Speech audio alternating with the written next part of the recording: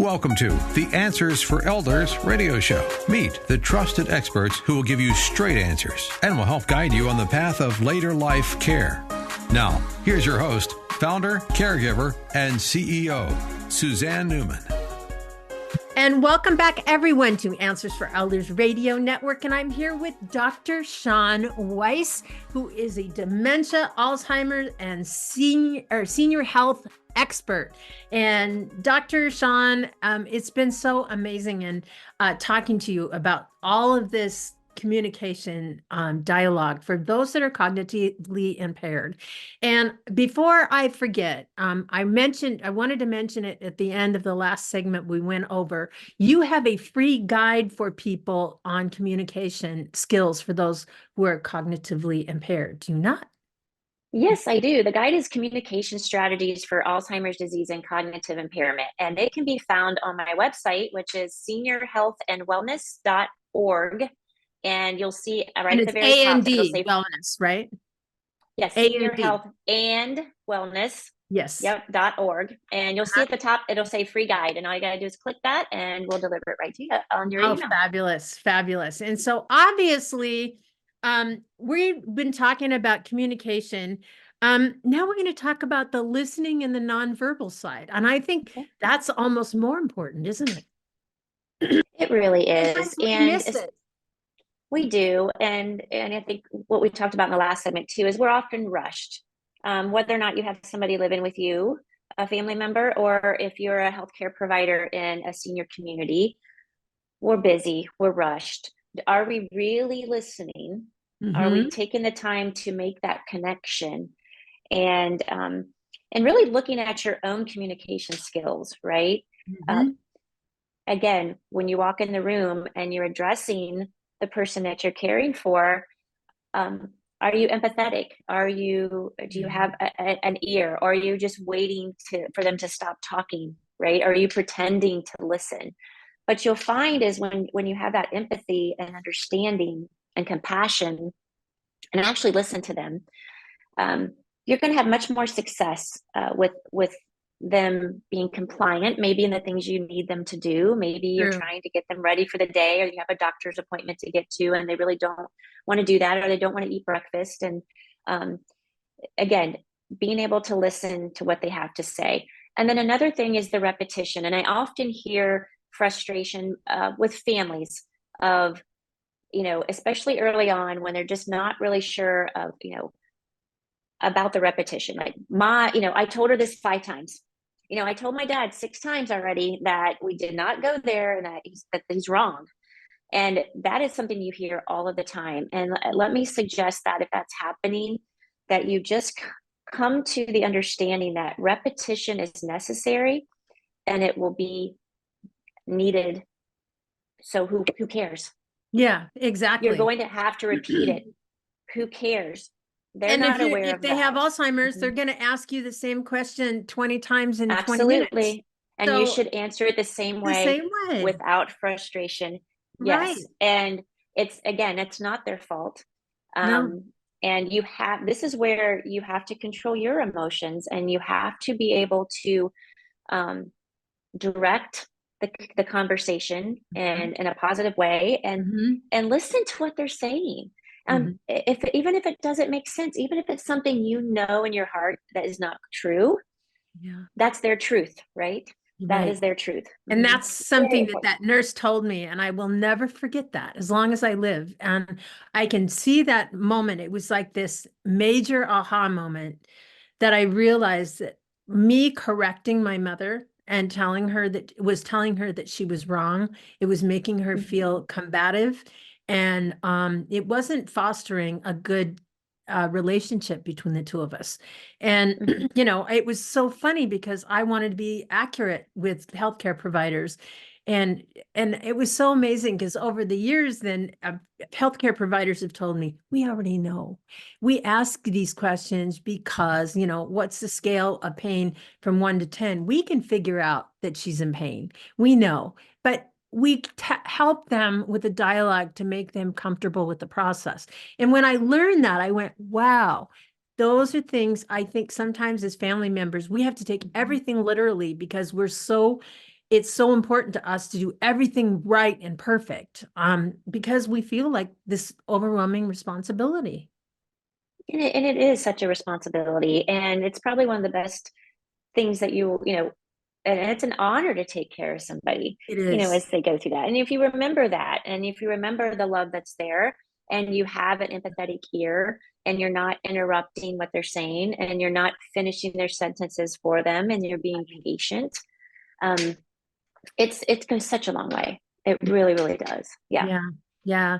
And and obviously, I always say taking care of my mother was the hardest thing I ever did, but it was my greatest privilege. And I really feel It that really way. is. It really is. Certainly it means everything to me that I had that experience. So Yeah. And if you listen, right, you're going to yeah. learn.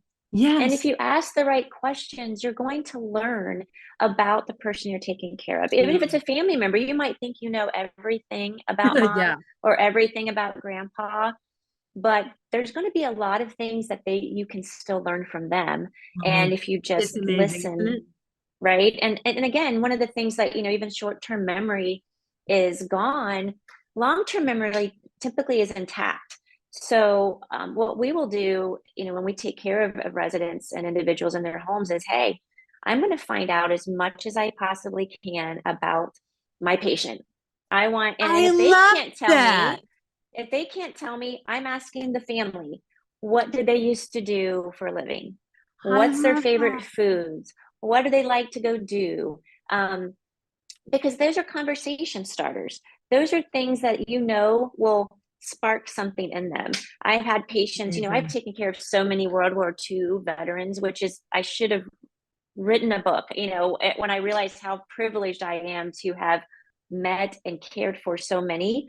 But I found a very common thread with those who are veterans is that, they might not remember typically what they had for lunch or that I was there the day before. But what they do remember is they could tell me vivid stories about being in the military or maybe serving over in Germany, and they would tell me those stories. And sometimes I'm like, are these, and I would talk to the family like, no, those are true stories. Like, so you can tap into some of the long-term memory that they have, and you can get some fascinating and again, have some wonderful conversations just by asking the right questions. That's awesome. So how can we learn to be better listeners? Well, the first thing is, kind of take inventory on yourself, right? How just say, okay, I know that I maybe, in fact, for me, I've learned over the last several years to be a better listener. I'm not just waiting for somebody to stop talking so I can get my point in, right? Many, many people are like that, especially if you're worried. And some people are uncomfortable around people who have cognitive impairment, especially as it progresses. Maybe even your kids or young people, they get a little bit nervous. Well, you just need to know how to validate their feelings. You need to know how to not interrupt. And that's one thing is like, let them talk, listen to what they're saying. If you know that that's a trait of yours, is that you like to interrupt or you pretend to listen, but you're really not listening, that's something you really need to work on while you're around those individuals, because it just kind of fosters frustration. You're going to have people withdraw from you.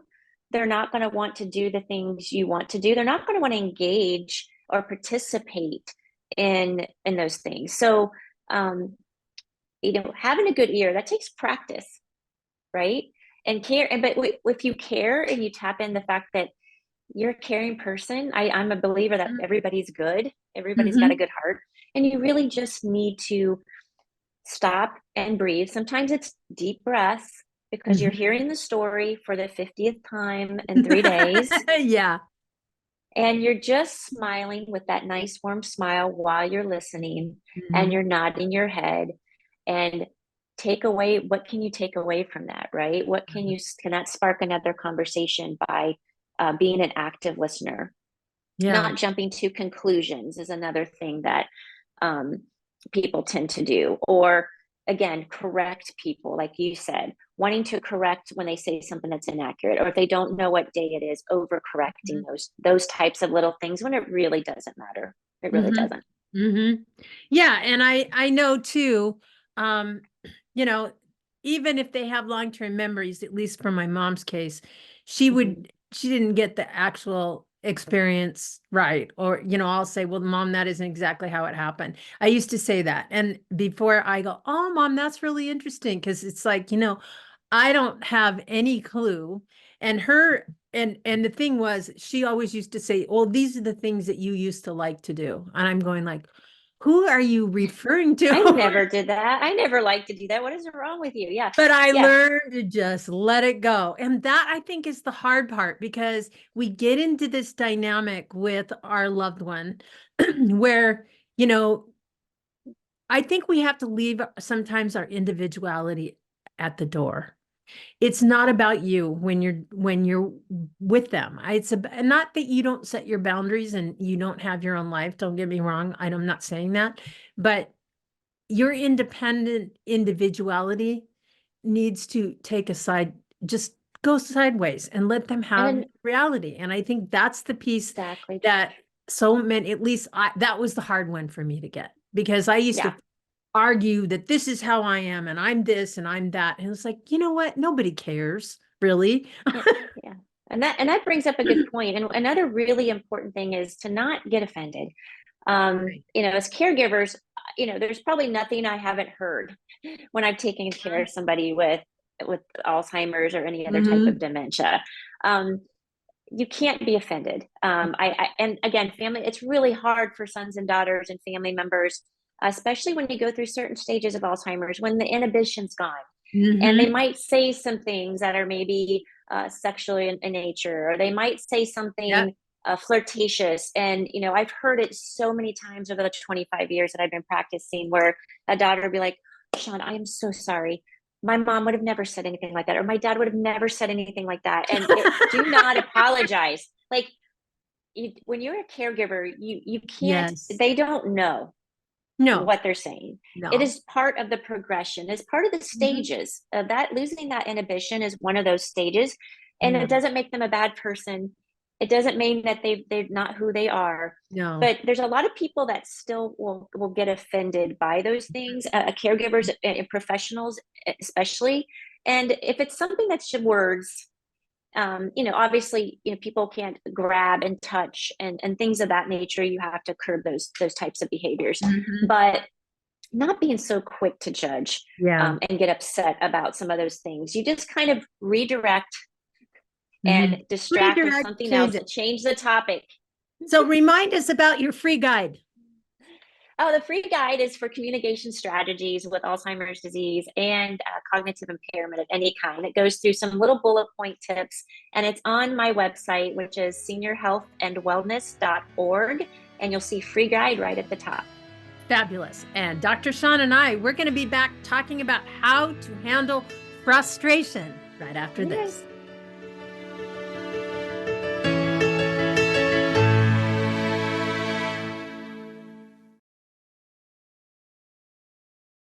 We at Answers for Elders thank you for listening.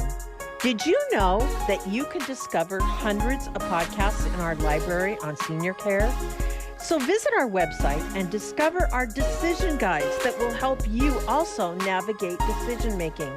Find us at answersforelders.com.